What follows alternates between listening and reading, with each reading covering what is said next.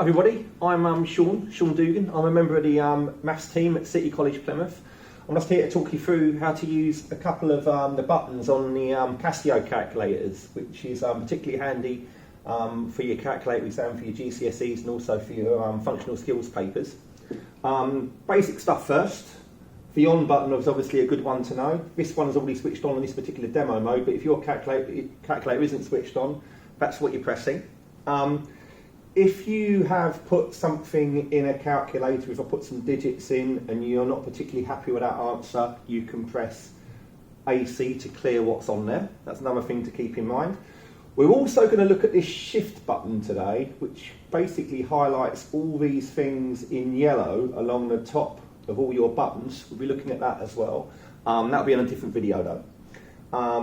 You've got the delete key as well, so if you do put something in your calculator, you start putting a number in, you think, oh, I put the wrong number in, that should be a 7, not an 8. If you press the delete key, it goes back to whatever button, whatever number it is you want to delete, and you can re-put it in again.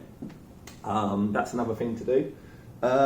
Another thing worth keeping in mind is this little button here with these brackets. That's a negative button. So if you've got a negative number you wanted to put in, if you wanted to put in something like -5 multiplied by -5, that would obviously give you a positive number, two negatives multiplied together, but that's how you get a negative number on your calculator. Worth keeping in mind that one as well.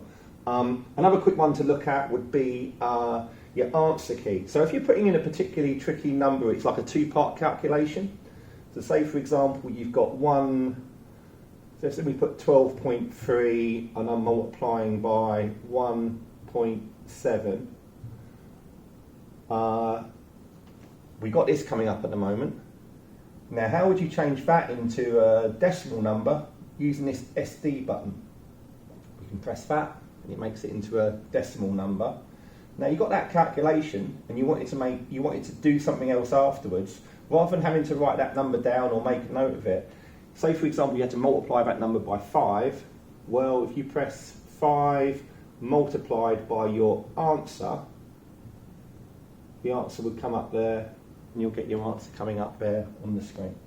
So that SD button changes things from a decimal to a fraction and back again. So that's a really important key to remember.